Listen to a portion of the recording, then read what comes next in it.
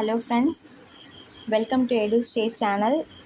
Today we are going to see a masterpiece drama written by S.J. Sinch, which is Riders to the Sea.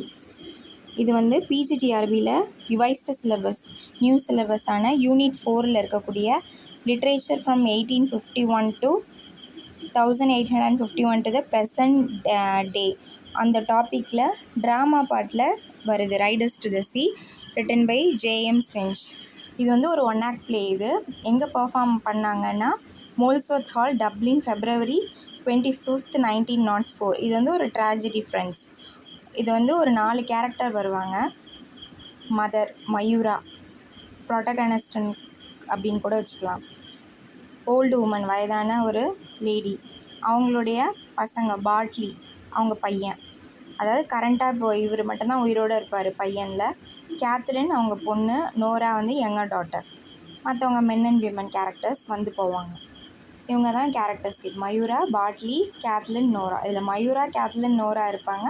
Partly இறந்துருவார் at last. So riders to the சீக்கு பயணம் போகிறவங்கள பற்றினதான ஒரு ட்ராஜடியான ஸ்டோரியை வந்து எப்படி இந்த author நம்மக்கிட்ட சொல்கிறாங்க அப்படிங்கிறதான். அதுக்கு முன்னாடி எட்வர்ட் ஜே ஓப்ரியன்கிறவங்க இதுக்கு இந்த ரைடர்ஸ் டு த சீக்கு வந்து இன்ட்ரொடக்ஷன் எழுதுகிறாங்க. எப்படி எழுதுகிறாங்கன்னா, இது வந்து சிஞ்சோட செகண்ட் விசிட்டாக தான் இருக்கணும் ஆரன் ஐலாண்டுக்கு. அங்கே அவர் எக்ஸ்பீரியன்ஸ் பண்ணதை வந்து நமக்கு வந்து ஒரு கிரேட்டஸ்ட் பிளேவாக நமக்கு கொண்டு வராரு. ரைடர்ஸ் டு த சி எந்த இடத்துல வந்து சீன் நடக்குது அப்படின்னா, cottage on Inishmaan, the middle and most interesting island of the Aran group. Aran குரூப்லேயே ஒரு இன்ட்ரெஸ்டிங்கான ஒரு தீவில் வந்து இந்த ஸ்டோரி நடக்குது. சிஞ்சே வந்து ஐனிஷ் மேன் தான். அந்த ஸ்டோரி வந்து எப்படியோ அவருக்கு வந்திருக்கு. எப்படின்னா, ஒரு ஃபாரவே ரொம்ப தூரத்தில் இருக்கிற ஒரு கடற்கரை கோஸ்டல் பகுதியில் வந்து டான்கல் அப்படிங்கிற கோஸ்டல் பகுதியில் ஒரு மேனோட பாடி வந்து கரை ஒதுங்குது. அதை வந்து அந்த ட்ரெஸ் எல்லாம் வச்சு அவங்க சஸ்பெக்ட் பண்ணுறாங்க ஆரன் தீவுலேருந்து வந்த மனிதன் தான். அப்புறம் ரெக்கக்னைஸ் பண்ணுறாங்க அவங்க நேட்டிவ் தான் அப்படின்னு சொல்லிட்டு. இந்த மாதிரியே அவருக்கு அந்த ஸ்டோரி வந்து அவருக்கு வருது. ஆரன் ஐலாண்டில் இன்சிடெண்ட் பரியல்லாம் அங்கே ஆரன் ஐலாண்டில் நடந்தது.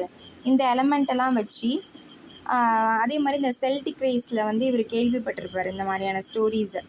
இவங்க இந்த மாதிரி கடலுக்கு போகிறவங்களாம் எப்படியெல்லாம் அவங்களோட இதெல்லாம் என்னென்ன இந்த மாதிரி வாய் வழி அந்த செவி வழி வந்த அந்த கதைகள்லாம் வச்சு ஒரு ரைடர்ஸ் டு த சி அப்படிங்கிற பிளேவை வந்து டைட்டில் கொடுத்துருக்கலாம் அப்படின்னு இந்த இன்ட்ரொடக்ஷன் கொடுக்குற எட்வர்ட் ஜே ஓப்ரியன் வந்து சொல்கிறாங்க.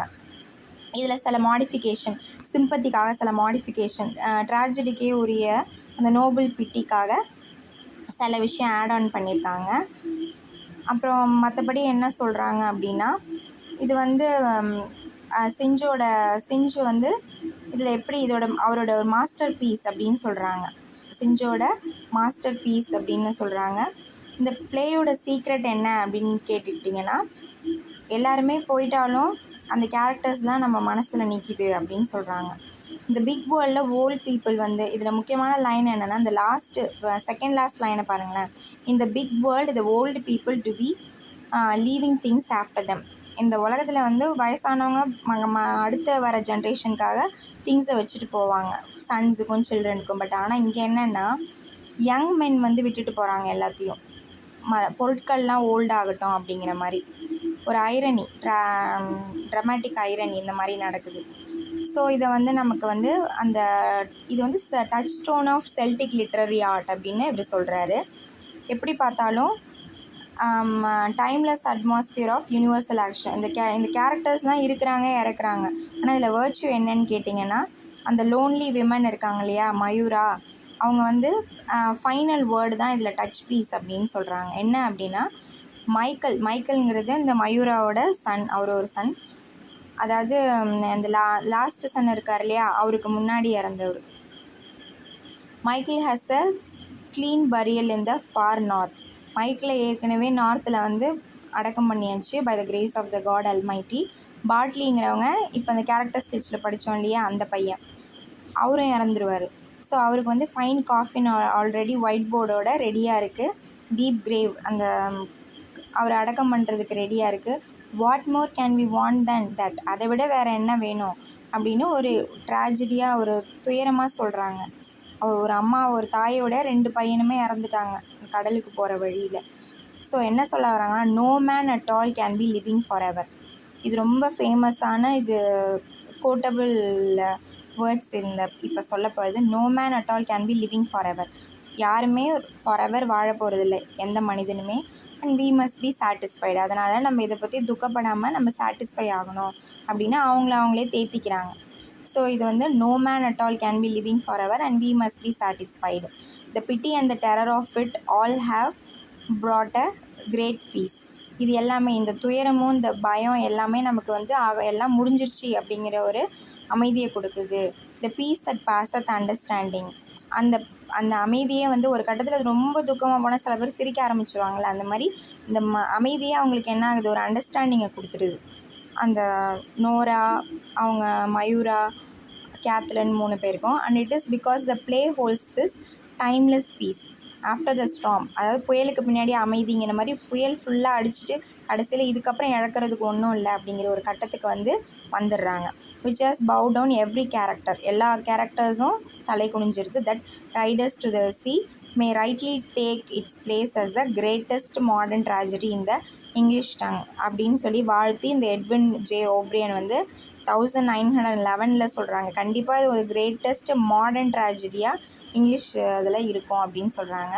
இந்த ப்ளே மறுபடி பாருங்கள், 1 ஆக்ட் ப்ளே எங்கே பெர்ஃபார்ம் ஆச்சுன்னா மோல்ஸ்வர்த் ஹால் டப்ளிங்கில் February 25, 1904. இதோட கேரக்டர்ஸ் பார்த்திங்கன்னா, மயூரா ஒரு வயதான தாய், பார்ட்லி ஒரு பையன், கேத்லன், நோரா. நெக்ஸ்ட்டு பார்த்திங்கன்னா சீன் எங்கே அப்படின்னா island of the west of அயர்லாண்டில் இருக்கக்கூடிய வெஸ்ட் ஆஃப் அயர்லாண்டில் மேற்கு அயர்லாண்டில் ஒரு தீவில் நடைபெறுது. இந்த சீன் அப்படியே ஒரு கேரக்டர்ஸாக வருவாங்க. நோரா கேட்பாங்க, ஸ்டார்ட் பண்ணுவாங்க. இதெல்லாம் நெக்ஸ்ட்டு வீடியோவில் பார்ப்போம் ஃப்ரெண்ட்ஸ்.